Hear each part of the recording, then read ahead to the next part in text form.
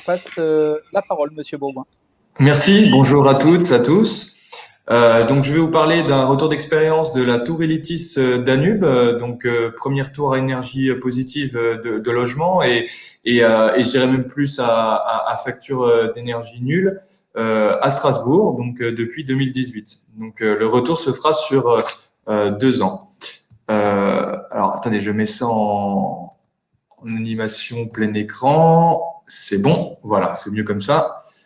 Donc, concernant la fiche d'identité, très rapidement à titre d'introduction concernant cette tour, le plus important qu'il faut savoir, c'est que c'était un projet mixte de 3 niveaux de bureaux. Les 3 premiers niveaux sont des bureaux et de 16 niveaux de logement. Et plus le dernier niveau que vous pouvez voir tout au-dessus avec une structure assez particulière qui est dédiée à la fois à des logements, mais également à un cœur social qui est à disposition de tous les locataires. La hauteur est à peu près de 57 mètres, le nombre de logements est de 63 et on a une typologie qui va du T2 au T4 avec des loyers qui oscillent entre 620 € et 1134 € par an, en tout cas concernant les différentes typologies. Alors, ce qu'il faut savoir, Monsieur Bourgoin, juste peut-être un élément, oui. Comme vous êtes passé en plein écran avec la présentation, en fait, elle ne s'affiche pas en entier. Donc peut-être si vous pouvez repasser, bien en fait, elle sort du cadre de l'écran. Je ne sais pas si vous avez 2 écrans, en fait, peut-être qui sont… Ah non, j'en ai qu'un seul. Ou sinon, si vous pouvez repasser peut-être, soit repasser en mode classique, puis éventuellement le remettre en mode plein écran, mais du coup, à l'affichage, on ne voyait pas tout. On ne voyait pas tout le bandeau de côté. Comment ? Écoutez, ça va c'est bon. Là, c'est bon, oui, tout à fait. Voilà, désolé, manuellement comme ceci. on a jusqu'à 15h. C'est pas la même esthétique, mais pas de problème. Et donc l'objectif principal de ce projet, c'était de permettre aux locataires, aux usagers d'atteindre une facture d'énergie nulle.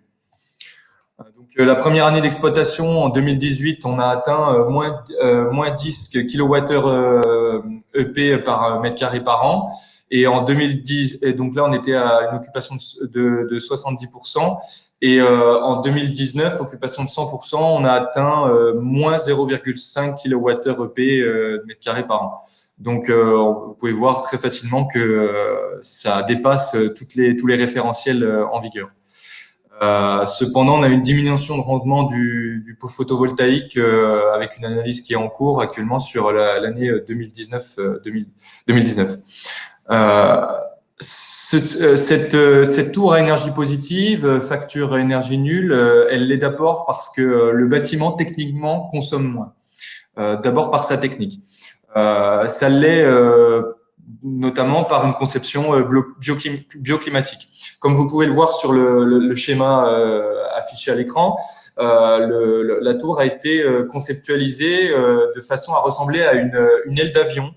Une aile d'avion qui est située contre le vent face nord et donc qui permet au vent une moins forte pénétration et d'usure de la part du vent contre les parois et à l'intérieur des appartements. Et en même temps, la plupart des appartements sont exposés face sud-sud-est, ce qui permet donc des apports gratuits du soleil, en hiver notamment, avec un relais de protection solaire, brise-soleil, en été. On a également une couche d'aluminium en façade pour permettre un coût de maintenance de façade nul, quasiment nul sur le long terme. Donc ça a été aussi un parti pris pour les investisseurs. Donc les gestionnaires de la tour.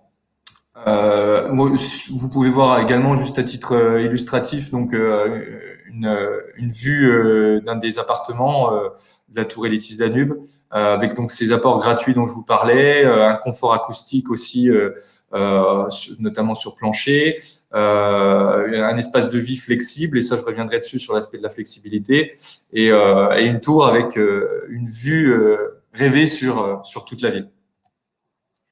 Concernant les innovations techniques, très rapidement, vous pouvez retrouver concept de brise-soleil à lame orientable, donc ce qui permet de prendre leur lait en été et d'éviter d'avoir trop de réchauffement naturel dans la pièce.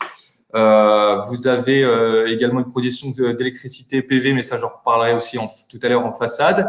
Et puis la principale innovation technique, c'est le faux plancher, le FlexiFloor. Donc, on a fait passer toutes les gaines techniques, ECS, électricité, tout ce que vous voulez sous un faux plancher, afin de permettre une réversibilité des usages dans le futur. Donc, ça peut très bien devenir un bureau, ou alors on peut très bien planter en plein milieu de la pièce de vie une douche.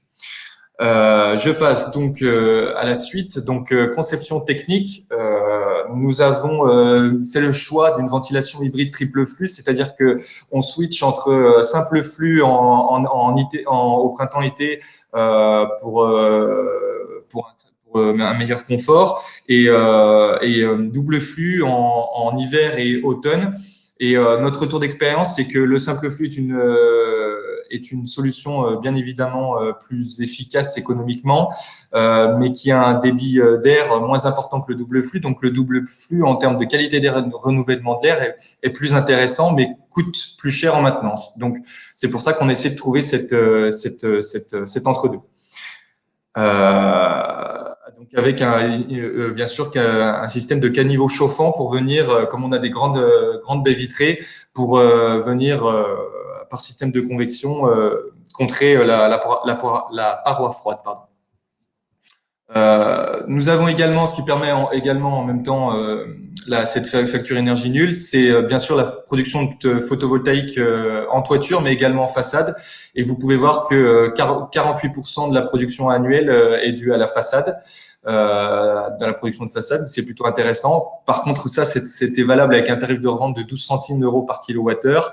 Et ça, c'était il y a 3 ans. Aujourd'hui, on est plus près des 8-9. Donc voilà, aujourd'hui, ce modèle peut être mis en question et il y a d'autres innovations techniques à trouver.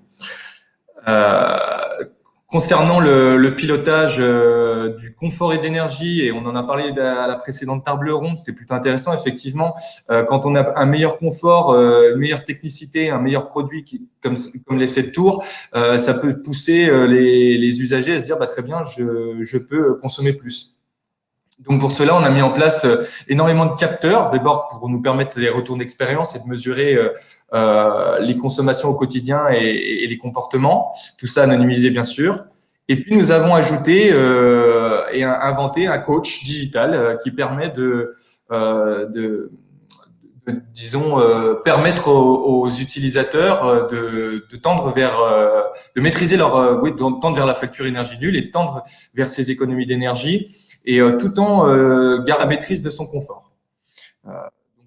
On gère le CS, la température, la météo, on a accès à la météo, à la température intérieure, extérieure, on peut contrôler le chauffage, l'éclairage et ainsi que les volets. Très rapidement, donc il me reste à peine quelques minutes. Donc sur le retour d'expérience de la première année, donc le coût de construction autour de 1300-1400 euros du mètre carré entre Sean et SDP hors taxe. Donc ce qui est plutôt pas mal, puisque dans le quartier, ça équivaut à un coût de construction standard. Donc finalement, il n'y a pas de surcoût. C'est ça le retour d'expérience qu'il faut en déduire. Les économies d'énergie, donc à énergie positive, donc négatif, en moins 11 kWh comme j'ai dit tout à l'heure, et moins 0,5 par mètre carré par an, respectivement la première et la deuxième année. Et puis augmentation bien sûr du pouvoir d'achat pour les ménages. On a 6 ménages sur 10 qui atteignent une facture d'énergie nulle, voire négative. Et ça, donc, c'est permis grâce à une consommation réelle qui est calculée avec ajouté. Donc, on soustrait bien sûr les apports photovoltaïques. Donc, il y a une prime qui est déduite aux usagers grâce à la revente de l'énergie photovoltaïque, mais également un dispositif preuve, c'est une prime justement liée aux usages vertueux de l'énergie, si les conseils du coach énergétique Aladin ont été suivis ou pas en fonction d'un référentiel qu'on avait prédéterminé. Et donc ça donne une facture d'énergie entre 0 et 100 en moyenne, comme vous pouvez le voir sur le graphique. Pour conclure, on aura certainement des questions et on en a déjà eu.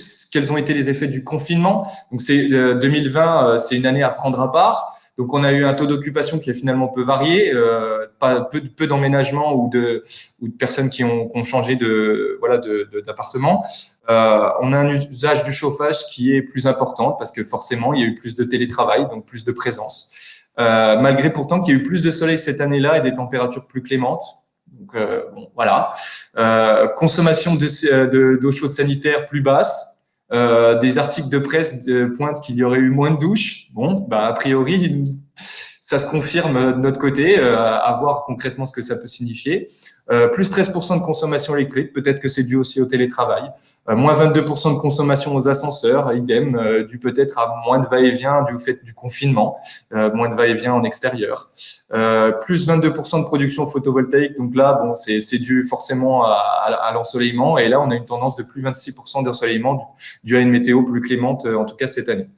Et un bilan, donc finalement, bien meilleur en 2020 qu'en 2019. Donc voilà, tout ça dépend effectivement de facteurs extérieurs et météorologiques et forcément du comportement des usagers. Voilà, donc je vous remercie pour votre attention.